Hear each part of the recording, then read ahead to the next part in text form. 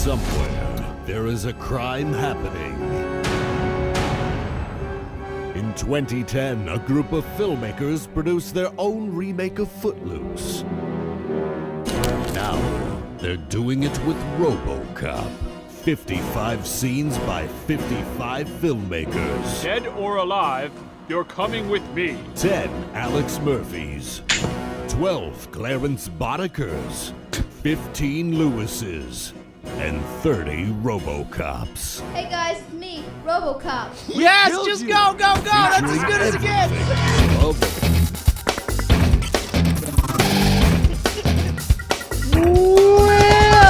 Welcome to Cord Killers, our mission to report the intel from the front lines of the cord killing revolution so you can watch the stuff you want to watch when you want to watch it on any device you please. I'm Tom Merritt. Hey, man, and I'm definitely the real Brian Brushwood, not one of 30 Brian Brushwoods that you're going to see in some kind of crowd-sourced remake of Cord Killers. No, there's only one. There may be 2 Tom Merritts, though.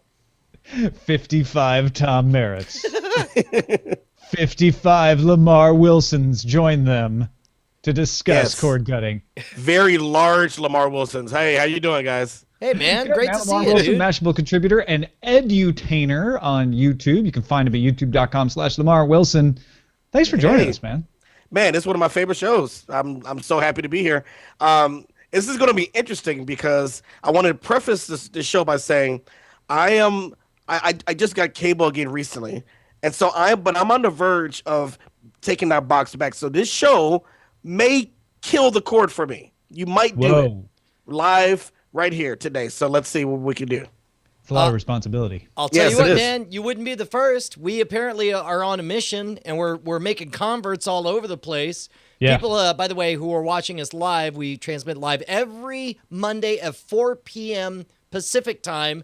We're trying out. Wait a minute, Brian. How can they watch us live? Well, they can head on over to diamondclub.tv. What you say? Well, it's diamondclub.tv. It's like a skin that takes, like, anytime you're live on anything, if I'm not mistaken, Tom Merritt, and it's so odd that we would have this conversation live on the air, but it seems like every time you're live, diamondclub.tv always just flips to whatever content you're on. Is that right? Is that what that is?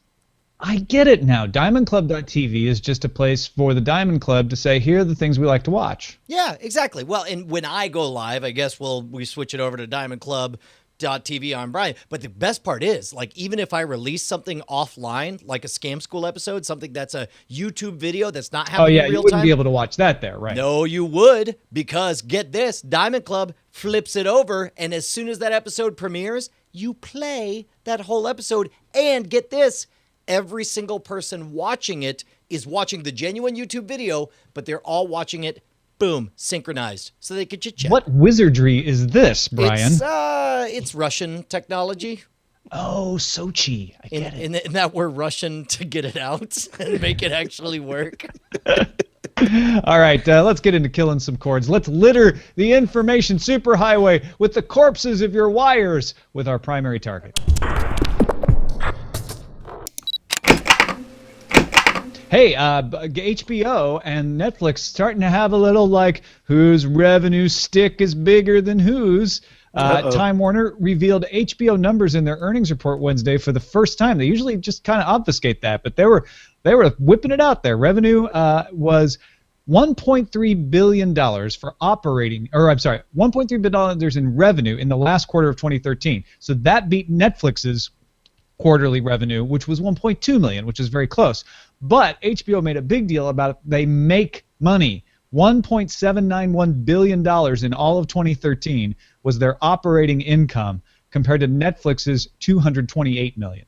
Dang. Okay, look, it's so weird because it's like we heard from HBO before, like, yeah, man, we don't care that Netflix is bigger. And they're like, and then they turn around the next week and like, yeah, but we make totally more money, bro. So eat that, Netflix. We don't care, but we totally care. This is after Reed Hastings made fun of Jeff Bukes on the Netflix earnings call, if you remember. Like, I'll give you their password. Like, Netflix it's a naughty word. Like yeah, exactly. Netflix Bitches was the name of his rock band. Yeah, okay, so where are you at with this pissing contest, Lamarr? Like, do you have a dog in the fight? I mean, I'm a Netflix guy for life. I've been with them forever. I just got HBO with the cable, and I have one show that I watch on there. But okay, HBO making more money, it makes sense because it's pretty much bundled with almost any cable subscription, and they can charge kind of what they want for it to the cable operator. So of course they're gonna make more money. I don't even see how that is balanced. Why they would even have to flip it out, so to speak, to Well, to hit Netflix. Don't you kind of feel like it's beneath HBO to even be talking this way? Like Exactly. That's what I mean. They shouldn't even recognize Netflix exists. Yeah, exactly. Like HBO, like the fact that Netflix 10 years after being irrelevant and only 3 years after its stock price was totally in the tank, like the fact that HBO is giving so much of its bandwidth to talking about how they don't care about how great Netflix is and they don't care about how big their numbers are.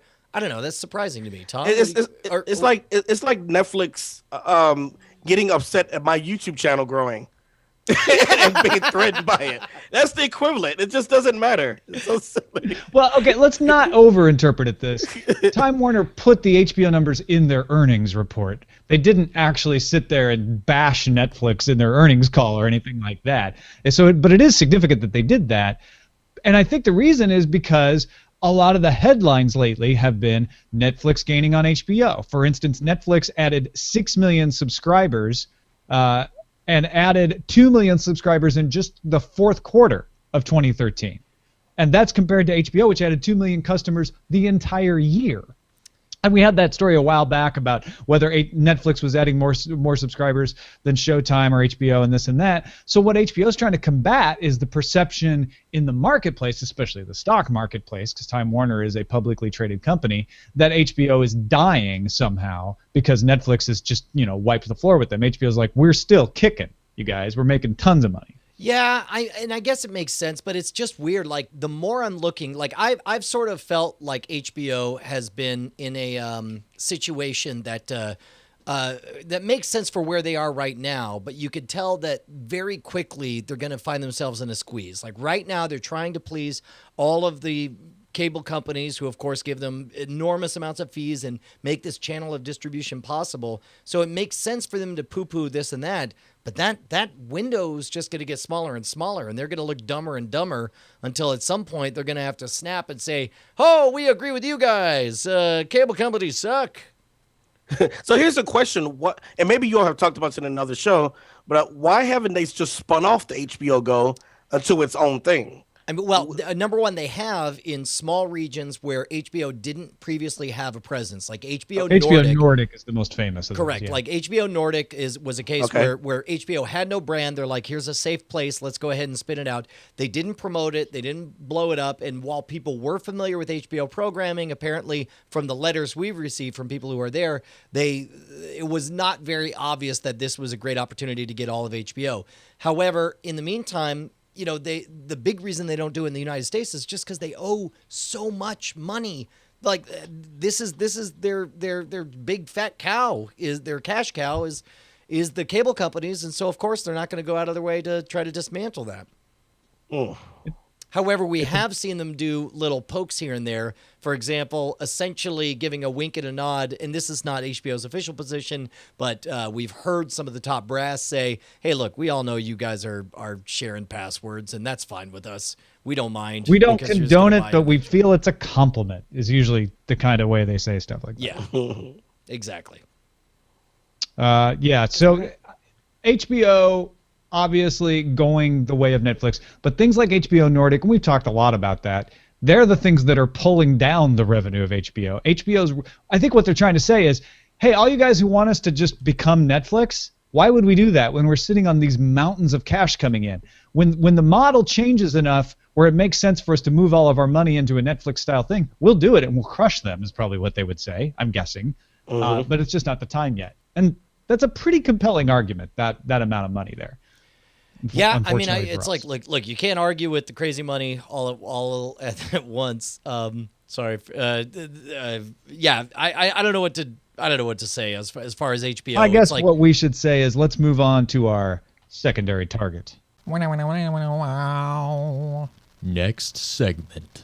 Yes, it's about the Olympics and the fact that there are so many ways to watch the Olympics now because of the internet, that no one gets left out here in the United States. You can watch all day long as you pay for cable.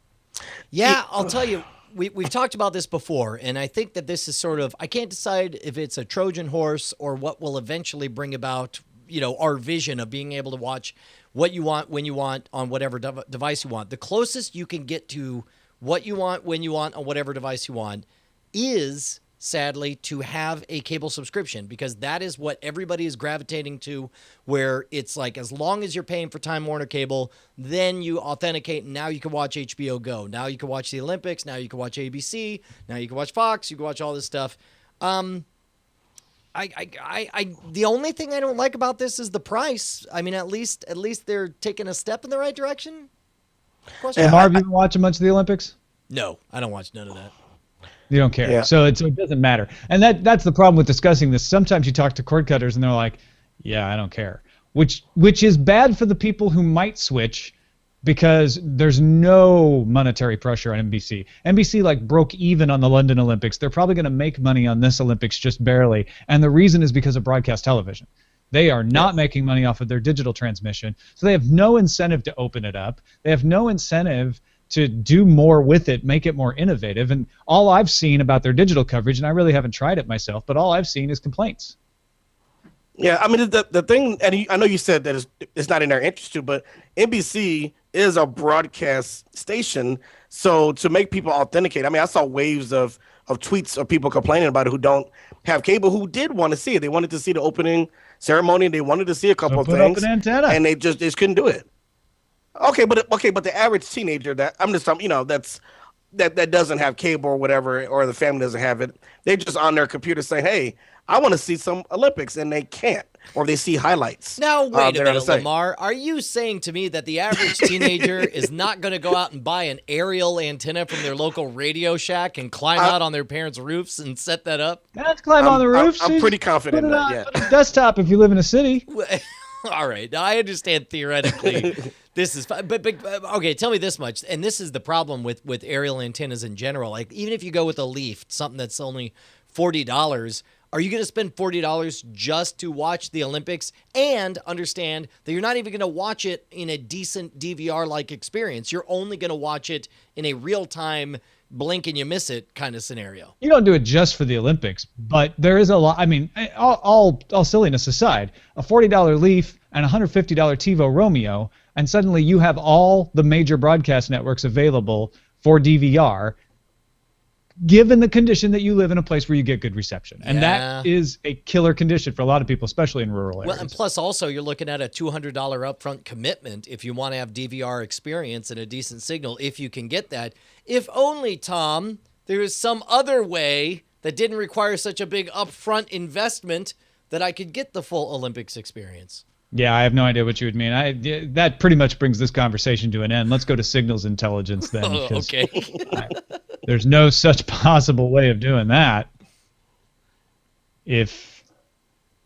unless you live in New York City. Wait, what? What? We should all move to New York. Aereo has opened up its service to new members. Aereo is that service that lets you rent a micro antenna over the internet and then get all the broadcast channels on your mobile devices and the desktop through a browser.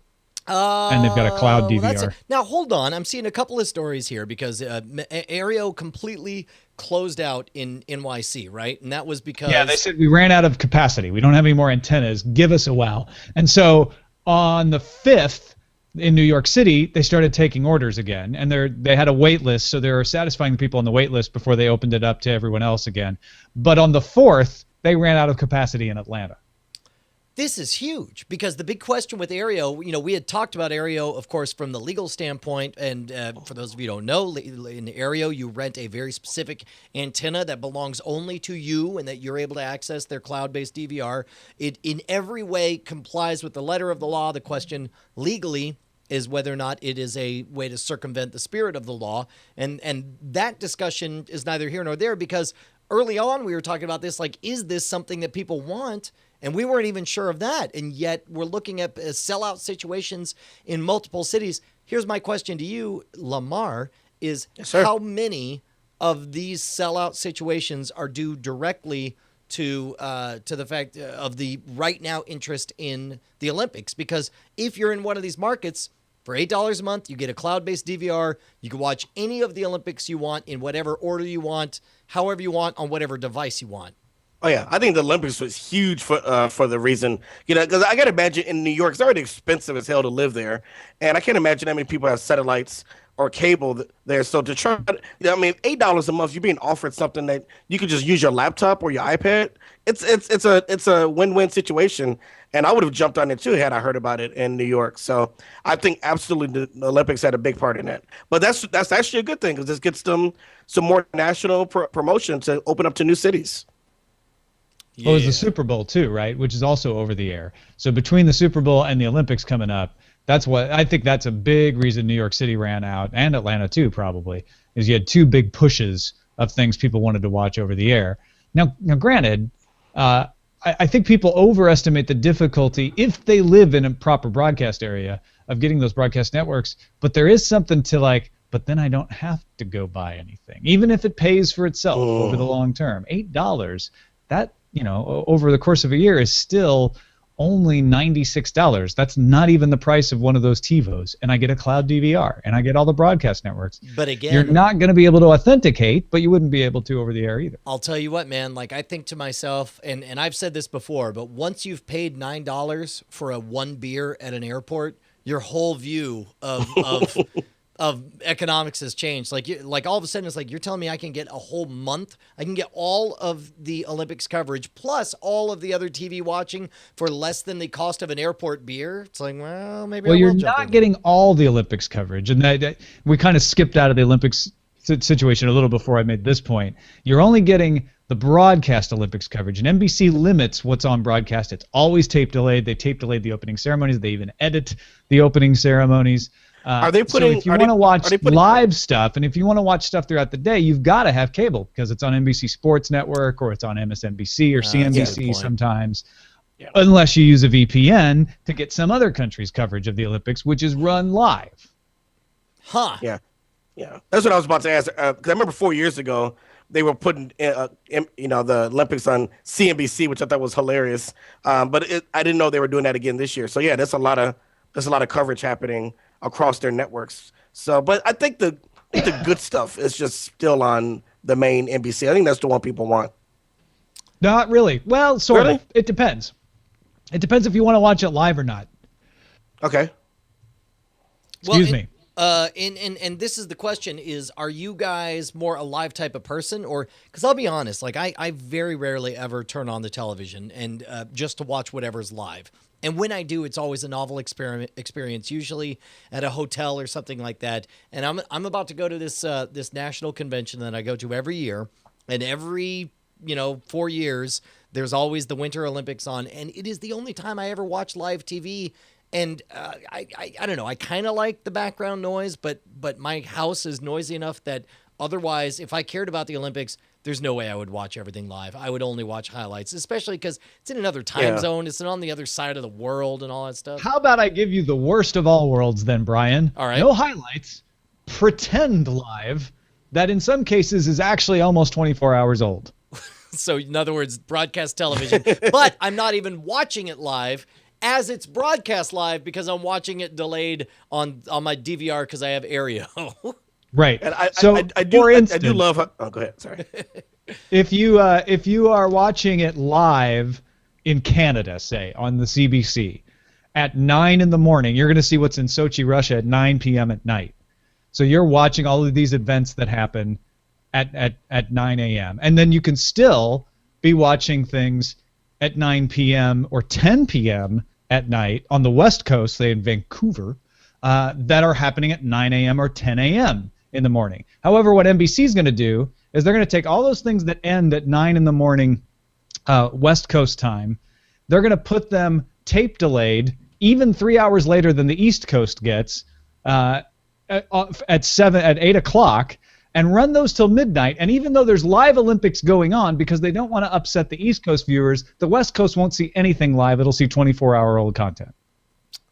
But here's the main problem I see with this, and I think you talked about this, Tom, concerning Eileen and wanting to with social media and watching live TV, is that social media spoils everything. So you pretty much, if you're gonna do the network's tape delay, you got to stay off Twitter, you got to stay off Facebook, because these things, I mean, it's coming out live, and no other network other than NBC has any reason to delay it. I mean, if there's a big story that comes out, it's going to come out on CNN. Normally, I would totally agree with you, Lamarr, especially if we're talking about the NBA Finals, if we're talking about the Super Bowl. Those are all cases where there's really only one story, and the story is which team is going to win, and that is the kind of place where TiVo, or I'm sorry, Twitter could totally screw everything up.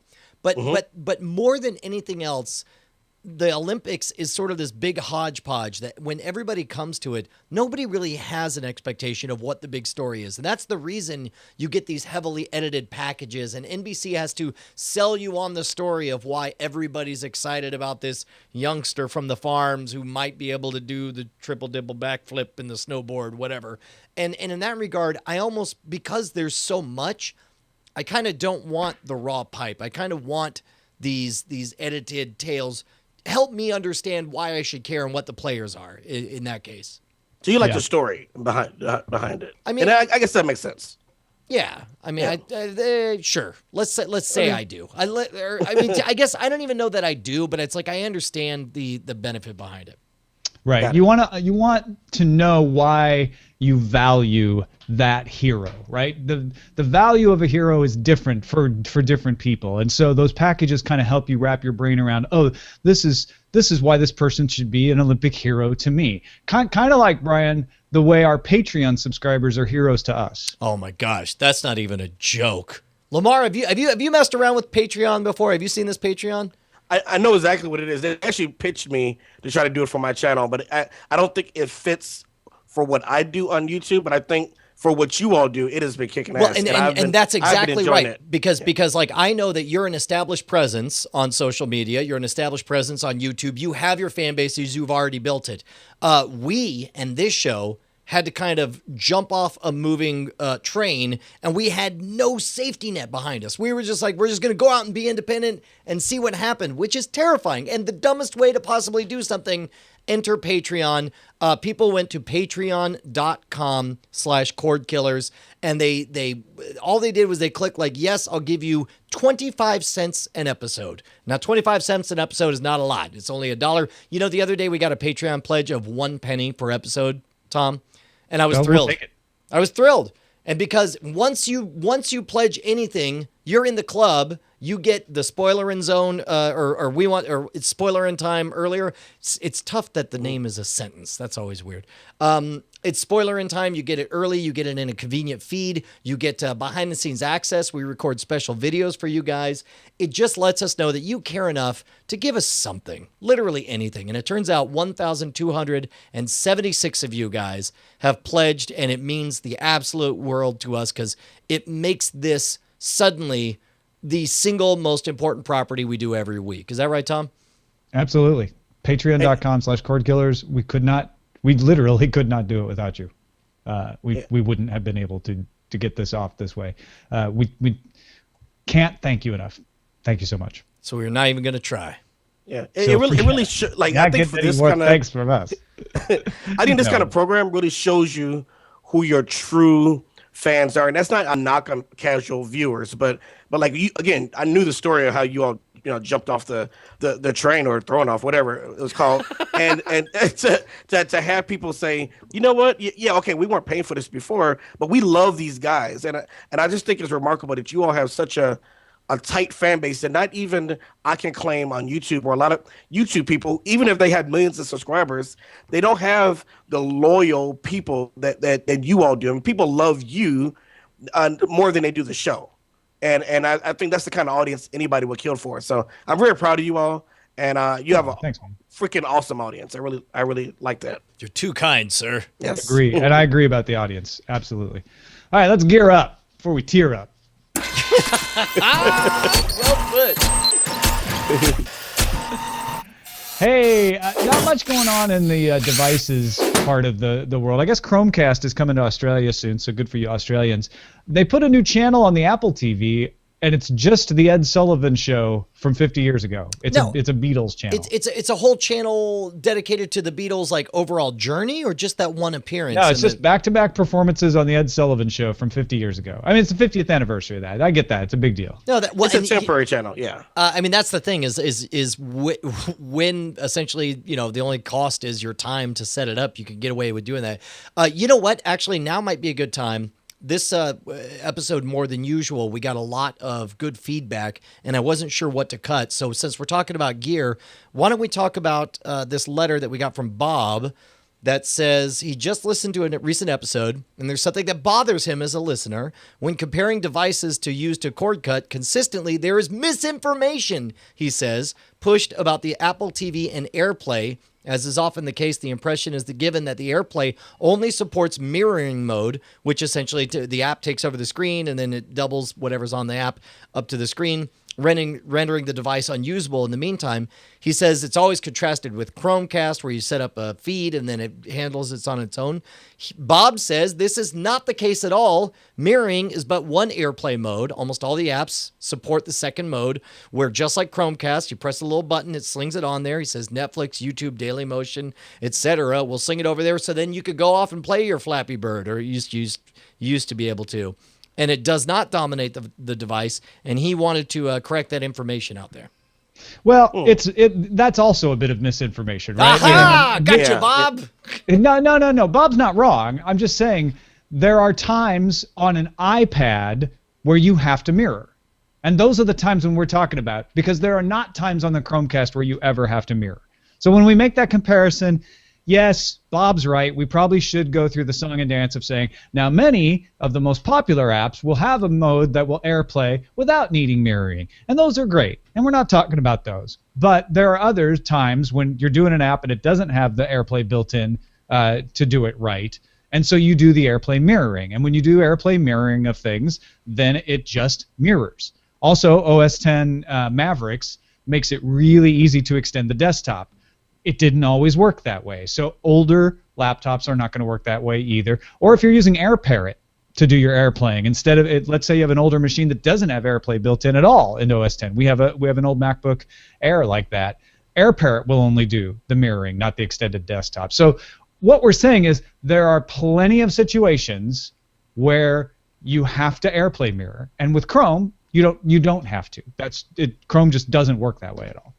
Yeah. So it's a fair point from Bob. I just want to make sure that we give that's why we say that sometimes. And what Bob's totally right about is those instances are getting fewer and fewer where AirPlay doesn't work the way Chromecast does. What about you, Lamarr? You use either of those? Oh yeah, I use both.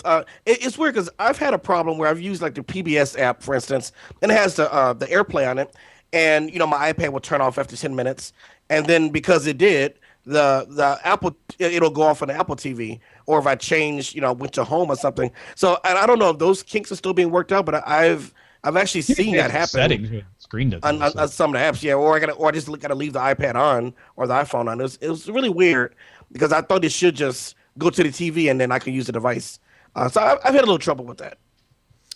Yeah, and I got to admit, Tom, I'm actually the guilty party that didn't know that there was any non-mirroring AirPlay capability here. So I wonder if I overstated that discrepancy on there before, because I didn't know. Yeah, I don't know. I haven't ever caught you in overdoing that particular one, so I can't say. But yeah, I have noticed that problem less and less with AirPlay, and AirPlay does work better than Chromecast. But there are situations like, I don't know, Hulu is one where I can't play it on the iPad. And so I was generally excited about Chromecast, but then Chromecast doesn't put it up on the screen as well. And so I just think that sometimes it is an advantage that Chromecast is pulling down the URL directly, and anything that happens on your other device isn't going to affect it. Yeah. That it's just going to keep going independently, where that's not true with Apple TV, because even if it's extended desktop or even if it's AirPlay through the app, it's not pulling it down directly from the Apple TV in most cases. Bob may correct me on that. If I'm wrong about that, Bob, please do. But it's still bringing it from one computer to the other. Also, Chromecast is $35. Let that not be forgotten. not an insignificant part of the story. Right. And now we must see what's under surveillance. Not like real estate. It's all about location. Under surveillance. Yeah. So last time Amazon did their pilot rollout, we ended up with Alpha House and betas. And Amazon's got more pilots out. There's a good number of them, 10 of them. 4 of them are kids shows. There's Bosch, based on Michael Connelly's best-selling Harry Bosch series. There's The After, written and directed by Chris Carter, most famous for The X-Files. Mozart in the Jungle, Sex, Drugs, and Classical Music. Writer and director Roman Coppola. Transparent, written by Best Director winner of Sundance Jill Soloway. It's about a family in L.A. that's dark and comedic, and it has Jeffrey Tambor in it, so maybe it's a thinking man's Arrested Development. Not that Arrested Development is like thinking people, but like it's a more serious. Tom, I just checked. That pull quote's already on their website. That was fast. It's the thinking man's Arrested Development, says Tom Merritt. Like if Arrested Development's too dumb for you, if you're like real egghead, you're gonna love Transparent. The Rebels is about a woman whose husband dies and she's left in charge of a pro football team. And then the 4 kids shows Gordimer Gibbons' Life on Normal Street, Hard Boiled Eggheads, The Joe B and G Raff Show, Maker Shack Agency, and Wish and Poof. All right. Right on. So I want you to know, Tom, I got your message late, but I did watch The After for you so that we can talk about it. We could talk a little bit about it here, or do you want to spoiler zone it? I watched it too. Oh, you did? You watched The After? Mm-hmm. Oh, this is great. Let's save everything for its spoiler in time. That'll be a good perk. We could dive right in on that. I will give the summary non-spoiler. Not bad. I gave it a mostly positive review in my Amazon survey response. Oh, that's right. I forgot the whole point was so that we could fill out a survey. I didn't fill out a survey. I was just going to grouse loudly. With this, right? You sit back on your app, whether you're on your Roku or whatever, and you watch the show. There's no direct, like, you have to go to Amazon to the page and decide, like, yes, I would like to fill out the survey. What they need to do is they need to hire an artist to commission a picture of you in an Uncle Sam pose saying, "Get off your apps. Say what you want." Get off your apps. Yeah, did you watch any others? Mostly indifferent about the show. I'll give you more details. I also watched the Hard-Boiled Eggheads because why not? I'm a kid at heart, and I fell asleep on it. So really? That was a kid show. It's about 2 bespectacled kids who are really superheroes, right? Yeah. So I didn't get through 5-7 minutes of it. I did watch it late at night, but for the show. So that's it. Yeah, I feel bad. I feel like this is sort of like voting. It's a civic duty that I really ought to do because I care about this environment. But it's like the president. It's a bit. I mean, come on. It's like you got 10-hour-long shows. You want me to watch all of them? You want me to decide for you? It's like that's your job. Just you guys decide. You don't have to watch them all. The way I approach it is like, hey, I get to watch these and give a little feedback. They're going to make their own decision anyway, but maybe I'll have a slight effect on it one way or the other. I mean, I thought here's the thing, right? We're looking at it as Amazon's got to prove something to us that they're quality, right? They haven't done that yet. And so we're looking at this as like, what do you got? Let's see. Well, if HBO did this, we would be like over the moon that we get to see what HBO is working on early for free without even having to subscribe. It's not just the quality of the presentation. It's also the nature of what you're subscribing for. It's like if in the game of brands, you win or you die. In the game of brands, you look around and you see what niches are occupied. This kind of top-down, exquisite programming, HBO's got a lock on that. Netflix has its own way of doing things. That's a lock on it. And so it's like you look around, you're like, what is nobody doing? And then that's when you look over, I'm reading this book, Difficult Men, where the stated goal of FX was we want to be known as free HBO, high quality programming that challenges you, that also you don't have to pay $8 a month for. And so likewise, Amazon's looking at this marketplace and saying nobody is even acting like they give a damn what the consumer wants. Let's make that our focus. And in that regard, I applaud them. But still, it's like, I just make good stuff, please. Yeah, JC Calhoun was really good. JC Calhoun says, am I the only one that thinks their whole you decide which one makes it to a series is probably a lie and they already know which ones they want to make into a series? Maybe. Maybe, and it It's doesn't possible. matter because that's not they're not selling the fact; they're selling the illusion or the perception.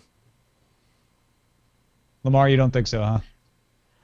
I don't know. I'm mixed on it. Like if they're selling it positively in a way, like you get to decide. But I think you're right. I think they've already pretty much figured out. You know, if you got the director from X-Files to do a show, and this is the one they've been pushing the most.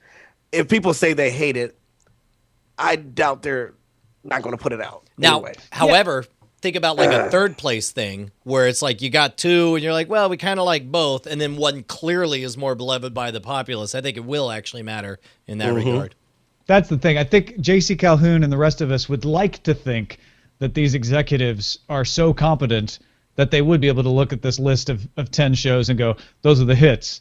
And maybe the executives would like to think they're that competent, but nobody is, right? So I think Lamar's right, and I think Brian's right. Lamar's right in that they're like, Chris Carter, we're probably going to greenlight that, right? Everybody, well, we got to put it out there so it looks fair. On the other hand, some of these others, they're like, I don't know, maybe the kids show, maybe the maker show, I don't know. Let's see what people say, Right. and get a little more data. Yeah. No, I can see Refocus. that. Good stuff. Shall we tell people more about Doghouse? Is there more to? Yeah, well, I guess we got more news. For those of you guys who don't remember, our friends over at Doghouse Systems, who make our favorite computers. In fact, two things have happened. I bought a second Doghouse computer that we are experimenting right now live, and I'm not sure, but I know this much. Yes, you are being experimented upon. Previously, every time we've ever gone live with this show, we were maxing out one computer at like 90% CPU usage. Right now, we're running at one at 60% and the other one at 40%. One's handling the transcoding and recording, the other's handling the switching, and it's great. It's another of the same type that we just got. It's got the Cordkillers logo on it. I'll throw a picture up on it out there, but. We're continuing to develop our couch system, our sort of all-in-one solution for cord killers who want to be able to watch what they want, when they want, right there on their couch. And they were blown away by the support they got on the Google Plus community. So I guess our big thing is that continues to develop. Where's that community for us? Tom, do you remember? They're on Google Plus. But you said it last time. Well, I did. I think I just promised that there would be one, and then everyone found it. And there was one. Kim Price was talking about it. Yeah, like, no, that's they were all blown away. Saying there. It was great. So I think it's in the Cordkillers Google Plus. Actually. Yeah. But yes, let Doghouse know what you want. They've got lots of great feedback from you guys, and they're really excited about that. And of course, it's very nice to have a couple of Doghouses powering us now. Yeah, and I'll tell you what, if you guys want to throw us some bucks, if you do buy a system from Doghouse, and you should because they're great people, then use promo code. If you use promo code SHWOOD, SHWOOD, I'll give you $100 of cash, scam cash at scamstuff.com. And if you use promo code CORDKILLERS, you'll get double your memory and the completely badass custom art there. Yeah, double memory. Yeah, you're going to like that. You'll remember twice as much. Let us go to the front lines then, shall we? Yeah. Ooh, looks good. Yeah. That is nice. Starting on Brian Brushwood. Oh, man, dude. Twitch.tv. You ever hear of it? You have if you have a PS4. Justin.tv, and Twitch was a subsidiary. No. Well, first of all, that's apparently there's a reason they're changing their name to was it Twitch Industries now? Or I guess Twitch Interactive is what they're calling it because Twitch.tv ranked 4th in peak internet traffic ahead of Hulu. What? Let me say that again. Think of everything that Hulu offers. Think of their entire brand proposition and realize apparently people would rather watch other people play video games than Hulu's top-ranked talent that they're touting. That is Holy astonishing. Crap. I just started a gaming channel myself on YouTube, and people have been asking, why don't you go over to Twitch? And the only reason I haven't decided to stream because I didn't want people to have to pay for a subscription. But holy crap, I did not know the traffic was this big. Yeah, in fact, over actually, there. I think this is worth an extension. Let me ask you this, since you're actually doing a gaming channel right now. A couple of, Twitch, of course, its main benefit is that you get to watch other people live, whereas YouTube, you have a pretty big delay on there. And of course, there's the offline content problem with YouTube, where I've heard stories of like Nintendo grabbing other people's royalties that they make from their channels or whatever. Knowing all that, you're still excited about getting into that space? Absolutely. It's a different type of audience, and it's like my audience is so excited about it because in a sense I'm vlogging and I'm being myself, and it's about personality, and I think that overweighs the thing. Yeah. So Nintendo, I did a Nintendo video 2 days ago. I know Nintendo's going to eventually grab it, but I'm okay with it because first of all, I'm not doing the channel for money. Even though stuff is monetized because I'm making money elsewhere. But if they take one video out of 7, I'm okay. And in general, I'm just careful about the videos I put up. Make sure the music is turned off as required. And I haven't had a problem. Some of the bigger people, all those problems they had back in January or December, most of those are gone now. Stop talking. You're out of time. Go, Tom. Hey, you know what Hulu's going to do to get back into the game, though? This is, by the way, that data was data, not viewers, right? Hulu's like, we're going to get the viewers because we're going to have Cheers and Happy Days and Everybody Loves Raymond, and over 5,300 episodes from CBS's catalog will be available on Hulu Plus. Gonna have to pay. Also, they have acquired Doozers, which is a spin-off of Fraggle Rock about the Doozers. Yeah, and keep in mind also, this is another one of those, it's like when Netflix did The Square, where it's just like it existed and was out and totally on its own, like Lilyhammer, and then they just bought it and slapped the word original on there. But still, I mean, it's apparently popular in France, ? Yes, très populaire. And Hulu's going to have a whole lot more stuff that makes sense. Like, now I know what I'm getting. I'm paying to get all of the Star Trek back catalog. I'm paying to watch old versions of Cheers. If that excites you, then this makes sense. Then good. TechCrunch has a first look at Mike Judge's take on Silicon Valley. They liked it. They thought it was funny. I did not get a chance to see it. Lamarr, did you or Tom get a chance to take a look at this? Did not. Just read the article right before the show, so didn't get a chance to see it. It was 30 seconds long, people. Well, then let's take a look at it right now. Hit play. We've got 41 seconds of this segment to fill, so let's take a look. I'll be honest, I don't think this trailer is going to do it justice. Oh, okay. And there's a lot of cursing in it. That's and fine, and we'll just talk over the cursing. We got people slapping. And that was it right there. This is my first official purchase as CEO. That's not really our logo, is it? It looks like a guy. Is that Kumail Nanjiani? Yeah, it's got a pretty good cast. I think it's going to be better than this trailer makes it look. I'll be honest. This doesn't make it look that much better than Dude, Baby. actually, you know what's funny is the moment I saw Kumail Nanjiani, I'm all the way in. I'm 100% down. Yeah, he's a regular on the Harmontown podcast. Really, really funny guy. So I'll check him out. Lamarr, 1 second. Yes. He says yes. It's a yes. Yay. Netflix has renewed House of Cards for a 3rd season, according to Deadline and The Verge. So there you go. They bought 2 seasons at once when they first greenlit it, which is sort of unheard of. And now they're like, oh yeah, we're definitely going to go for 3. Yeah, we haven't voted on the second one yet. Yeah. I guess that's the thing. Okay, because I should be nothing but happy because I love the first season, but I feel, I don't know, it's kind of taken for granted the fact that they're already buying it. I'm like, I guess you just assume I'm going to love the second season because it's like I've seen second seasons go to crap. Yes. So I think what they care about is the idea that, you know what, people who are going to watch this are going to keep watching it, or people are going to hear about it. They're going to want to have 3 seasons. So it makes sense. Netflix spent a lot of money. They're spending like $3 billion over the next year to acquire content. They're just throwing money at people. Did you? And this is not a bad bet if you're going to throw money at No, them. I agree. Did you see cardsagainsthumanity.com or houseofcardsagainsthumanity.com?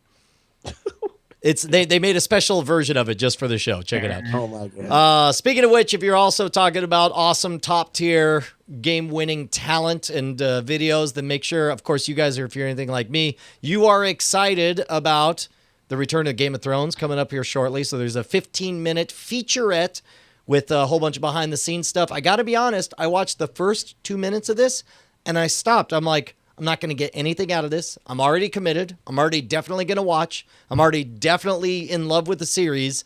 There's nothing on the other side of this promo but spoilers for me. Yeah, I'm going to have to, like, when you all do the spoiler zone, not watch it because I'm in the middle of season 2. I cannot get spoiled by this at all. So you're holding on. Now, did you read the books? No. I got in it by accident because somebody asked me to check it out. And That's the funny part. Like, I've even read the books, but I don't even want to see their interpretation. That's what I get out of the show, is being surprised by, like, oh, what a great way to visualize X, Y, or Z.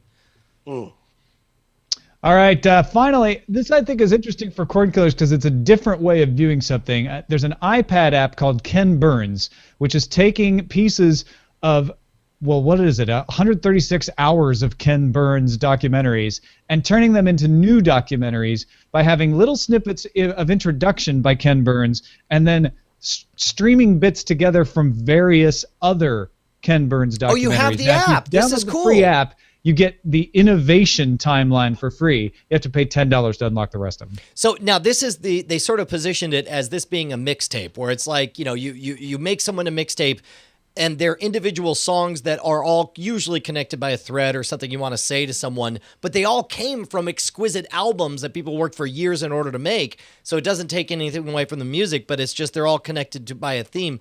What did you think of the first one, in a few words? I watched most of it, and it's like watching a Ken Burns documentary. Yeah. Are you not a Ken Burns fan? That's some rich narration right there, Tom. I think it's a cool idea. I'll be honest. I'm going to use the extension on it. I don't even need that much of one. It's just to say, really cool idea, really good way of using the medium to say, well, let's do something different.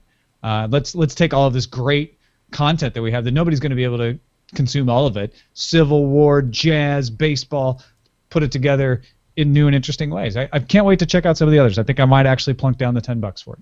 Right on. You're a better man than I, because I will probably not. I don't think I've watched a single Ken Burns when it comes time, I might go, no, I'm done. Yeah. I don't even know who Ken Burns is. That's his effect. I thought it was a character on The Simpsons. No, Mr. Burns the slow. Anytime you've ever seen like a slow fade zoom in on a photo, you're watching the Ken Burns effect, and then the cross fade promote. He does these like huge historical documentaries. Tons baseball, of them. Civil War, bunch of I stuff. probably have seen his stuff. Yeah. No, no, yeah. Let's see what's on our radar, shall we? Yeah, let's take a look. Let's see what's on our radar. Not much, to be honest. Yeah. Next segment. Winter's Tale is coming out, and Robocop. What are your feelings on Robocop, gentlemen? I'm down for it. I wanted to hate it because I remember the first Robocop and it was awesome, but it looked pretty good from what I saw. The problem is that what makes the originals work for so many of these movies is that they're saying something that nobody said before. And that's the problem with the remake. How do you say something new that nobody said before using a property that was defined by something else? So Robocop was defined by, it was this Paul Verhoeven commentary on ultra consumerism and this have and have not kind of future. And we pretty much live here today. And New Detroit is essentially our actual Detroit today. And it's like, I don't know that they'll quite take advantage of making a bold and terrifying statement, because when RoboCop came out the first time, they had nothing to lose. That's why they went off the deep end and were offensive and gross and all over the top, because what do they care? And nowadays, RoboCop is an established property, so I think they'll play it too safe. Yeah, it's a rental for me. I'll wait till it comes out like on Amazon Instant. I don't like going to the theater for something I'm not sure about. So. Yeah. Yeah, I kind of feel the same way. All right, let's see what's on screen. What have you been watching, Lamarr? Man, I have been watching a lot of Marvel stuff. So, again, I mentioned I have cable, and people laugh at me saying, oh, you watch Disney XD. Well, I watch it because they have a series, Marvel Avengers Assemble, cartoon version of the movie, and it's freaking awesome. Hulk, Agents of Smash. And I also been watching Marvel Agents of S.H.I.E.L.D., which I think I'm like the only person left who still watches that. But it's awesome. And so how do you like it? Like does it get better after the first one? What I get out of a later episode that I didn't get in the first one? You get the reveal. Like in the first one, you find out about the I forget names, but the main agent. He died. He came back. Coulson. And then you're talking about Coulson. Yeah. Coulson, thank you. And you start to get the reveal, and then it's a very satisfying way for them to reveal it while developing new episodes. So I don't care that they're using C-list superheroes and villains. I really like the story of Coulson, and it's amazing how it's developing. And You know, so I got the I'm distinct impressed. impression that they were holding back too much. That's kind of the traditional sin of broadcast television, is they don't want to give you too much too soon. It's cable where they sort of like, who cares? Fling it all out first episode. Hopefully it'll work. And I suspected there was a good story there that I just wasn't going to have the patience to stick around for. Yeah. Well, see, what you just said is the same problem with the After that we watch on Netflix. We'll talk about. Amazon. It's same issue. Yeah. Walking Dead, Helix, Game of Thrones season 2, and a whole bunch of other stuff on DVR. How is Helix? Well, Helix. Somebody was asking us particularly why neither one of us are watching Helix. Is it worth watching? Yeah, I thought it would be a campy sci-fi type of show, but it's really, really good. I mean, you got people quarantined, you got this disease, and you're slowly finding out that this disease is spreading around is really, it's making people stronger and crazy, and like it's a reveal thing each week, and I really started to bond with the characters, and you start to really, really like them, and it's scary. It has a lot of elements that I really enjoy. I did not think I was going to like it. I thought it was going to be pretty stupid, but I'm all the way at the latest episode and freaking loving the series. Highly recommend it. Try it. But now, of course, first episode you'll get into it. I promise. The comparison, of course, is Ronald D. Moore did the new reboot of Battlestar Galactica. Is it anywhere like, should I go in thinking Battlestar Galactica or just go in? Okay, lower those expectations. All right. Yeah, go in thinking Sci-Fi Channel, but it's a really good and you'll be like, whoa. Channel episode. All right, good to know. And Brian, everything you watched, we're going to talk about it in spoiler in time. Yeah, man. Watched the new Archer just last night. Watched the Lego Movie with the kids. Watched the After just minutes before we went live on this stream right here. So we'll talk about all those later on.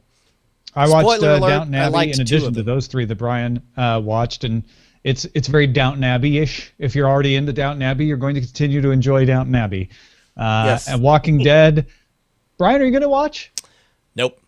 Okay. Nope. Have you given up on it? I think I've given up on I watched it. it. I think I mean here's the thing is I will immediately buy, download, and watch any episode that Tom says is a good episode. But the problem If you is, want to see Carl be an annoying teenager and then learn from it, watch this episode. so as I said, I'll not be watching this week's episode of The Walking Dead. I want to get rid of this show so much, but social media just keeps making me feel guilty about it. Like I want to move on from it because I don't think it's ever going to end. Well, and my guess is you probably didn't read the comic book either, did you? No, I didn't. So there are parts of the show that I think that you really respond to and really resonate with, and I feel polluted because I've read this alternate version of the story, and I applaud. Now, keep in mind, Game of Thrones makes some departures from the books, and every time they're better than the books, and I think, damn, I wish I had never read those stupid books so that I could experience all this for the first time. Walking Dead, unfortunately, is the opposite. They make departures as well, and I'm not a fan of the departures they make for the TV shows. So that's part of what's killed it for me. But that's great that you're getting that similar experience that I really enjoyed. Let's look over some dispatches from the front. Yeah. Hey, killers. Big thanks to Jay in Toledo, who sent us some great feedback over the years from the TV side of things and hooked me up with an interview with Jerry Anderson at his station in Toledo. So those of you who are in Toledo might have caught a little mention of cord killers on the local news. Right on. Thank you so much. So somebody sent in their favorite web series, submissions only. What is this?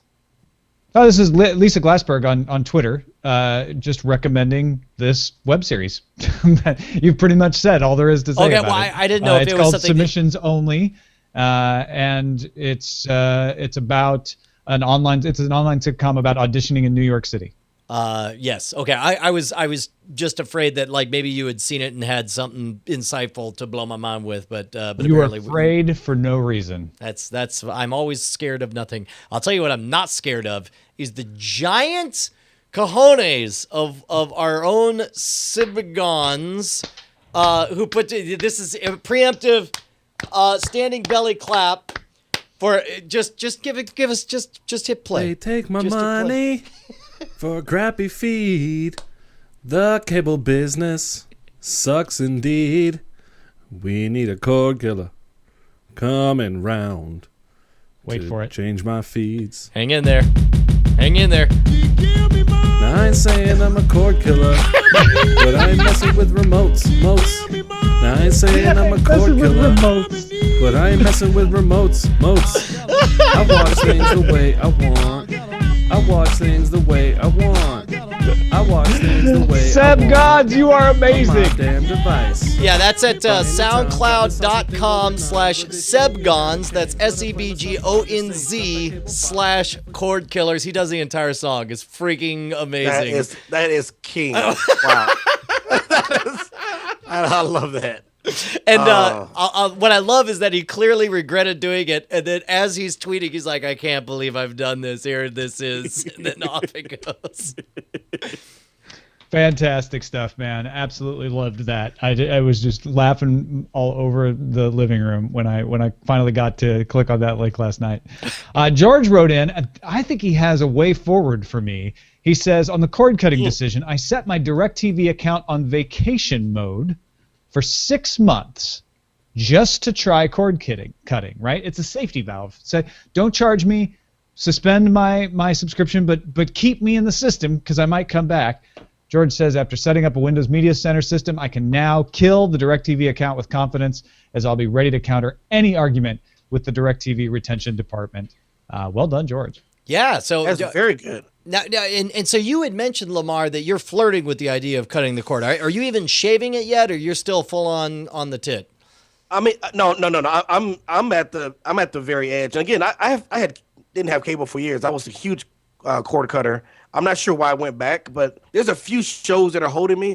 But the answer to that is like they're on Amazon Instant, like for pay. So it's like if I pay for enough shows, will that equal the amount that I'm already paying on cable? So that's where I am right now. I'm trying to figure out. I'll tell you this much: savings. like as a cost savings, and there are some people who love to cut the cord just to brag about how much money they're saving. But I do feel like you miss something when you give up your cable subscription.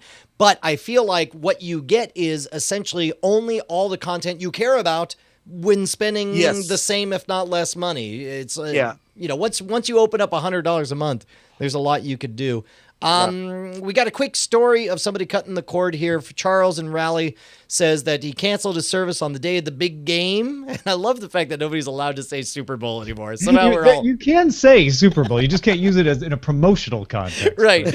Was able to watch the death of the Broncos just fine with my brand spanking new Leaf antenna. Go figure. He says that he'd been wanting to do it for a while, but what killed it for him, what sealed the deal, was the WWE Network announcement. He's a huge fan, and just for the pay-per-views, he was willing to do it. And around the same time, he got an increase of fees by DirecTV. His bill increased by $40 a month. He says it was a sign. He put together a spreadsheet saying what his cost would be, and he's saving over $1,000 a year, Lamarr. He's saving $1,000 a year by cutting the cord, and that's after he buys all that stuff. And he went ahead and posted his spreadsheet there, which I guess we'll put in the show notes as long as it's publicly available. One of the things he does here is he counts in a VPN subscription of $5 a month. And some people may not be comfortable with that, so that may not solve everything for everybody. But overall, his math is hard to argue with. Yeah, but he's definitely paying full retail for NHL Game Center Live and the WWE Network, and but still works out way in his favor. So congratulations, man. I think he's using the VPN to say he's in a foreign country so that he can watch his local team on the NHL Game Center. Kind of it's in the gray area. You're really not supposed to do. Yeah. Real quick. And then Mike says after wait, episode 5, Lamar's got insights. What do you got? Oh, sorry, Real Lamar, quick. go ahead. No. Real quick, I just want to say I think all of us can afford cable. Like in this room, I don't think that's the issue. I think you were right, Brian. Is that the idea is just getting rid of the fluff and watching whatever the heck you want to watch, and I got to get back in the mindset, because to me it's like, okay, I can afford the extra the money I'm paying. Why make it harder for me? But the fact is, I've been watching way too much TV with this thing on in the background, and so I'm liking these letters. I'm really getting there to get rid of this. Yeah. And Mike has one more. He says, after episode 5, I decided to get rid of cable with Verizon. They offered to charge me $94 for internet and basic cable, but I turned them down. I went from paying $213, which also included home phone service I stopped using, to $106 a month for a 75 up or 75 down, 35 up megabits per second connection. Thanks, guys. Yeah, well, by the way, nice on the bandwidth. Now, here's what's amazing to me, Tom, is we get a lot of people who I did it partly to showboat for our audience. Like, they offered me a similar deal where it would be cheaper to pay for my internet and happen to take those cable channels, but it would lock me into a contract, which, by the way, turns out I'm glad I didn't, because just months later, AT&T offered 5 times faster bandwidth available. But I did it to make a point. Why do you suppose guys like Mike are paying extra just to not have those cable channels? That is a good question. He actually dropped phone, which saved him money. Well, no. They said 94 for internet and basic cable, but instead he's paying 106 for just cable. He's paying $12 more per month in order to not have the cable subscription. Yeah, that's perplexing. I mean, but I did it, but then again, I was showing off, so I don't know. Maybe it's go back to what I was saying, just so you don't have the fluff and the temptation just to sit there and be on the couch all day watching nonsense. And I think also there's a lot of things. That's the kind of thing that that's at some point they're going to flip a switch and turn around and start charging you a bunch again. And I think people are like, whatever, I'll just take this known quantity now so I don't have to get stuck with it. Yeah, interesting. I misread this at first because I thought it was like $94 plus his phone service would have been more than 106. But you're right, they offered him 94 for internet and basic, and he's like, no, 106. So yeah, Mike, let us know why. Like, what was your reasoning behind that? Saving $1,000 a year. Congrats, man. Good to know. Hey, thanks, Lamarr Wilson, for joining us. Really appreciate you sitting in. It's always a pleasure. It was a blast. Thanks for having me. Appreciate that. Where can people see you, Lamarr? YouTube.com/Lamarr Wilson. If you go there, it'll show my other 2 channels. I have one channel for Mashable that I do every week, Mashable.com. And I have my gaming channel. If you're into that, it is right on the front page of YouTube.com/Lamarr Wilson with 2 R's. Okay, so when I just did a search for Lamarr Wilson, and by the way, that's Lamarr Wilson. I've got the first thing that pops up is Wilson Tech 1, but this is a different channel that you're saying? No. That is the channel. I have a Lamarr Wilson is a vanity URL to cover that. Aha. Yeah. So, because I hate that name. I made that like 6 years ago. Dude, I'll tell you, your former co-host on This Week in YouTube for the longest time had Crazy Dude 01 was like a KRAZZYDUDE 01. He finally got OMG Chad instead. Yeah, that's awesome. So yeah, that's my main channel there. Awesome. Check it out, youtube.com/Lamarr Wilson. And thank you, Patreon subscribers, for making this show possible for everyone. And thank you, everyone, for just watching and participating and telling others about it. We're going to be on TV in Toledo tomorrow because of you guys, in particular one of you guys, but, just folks being enthusiastic about the show. It means a lot to us. Cordkillers.com is the place to find out all of the things about the show. And diamondclub.tv is the place to watch it live on Mondays. Yeah. Love you. Yeah. Stick around for its spoiler in time. If you can. Wait a couple of days. Till Wednesday for spoiler in time. We'll see you later.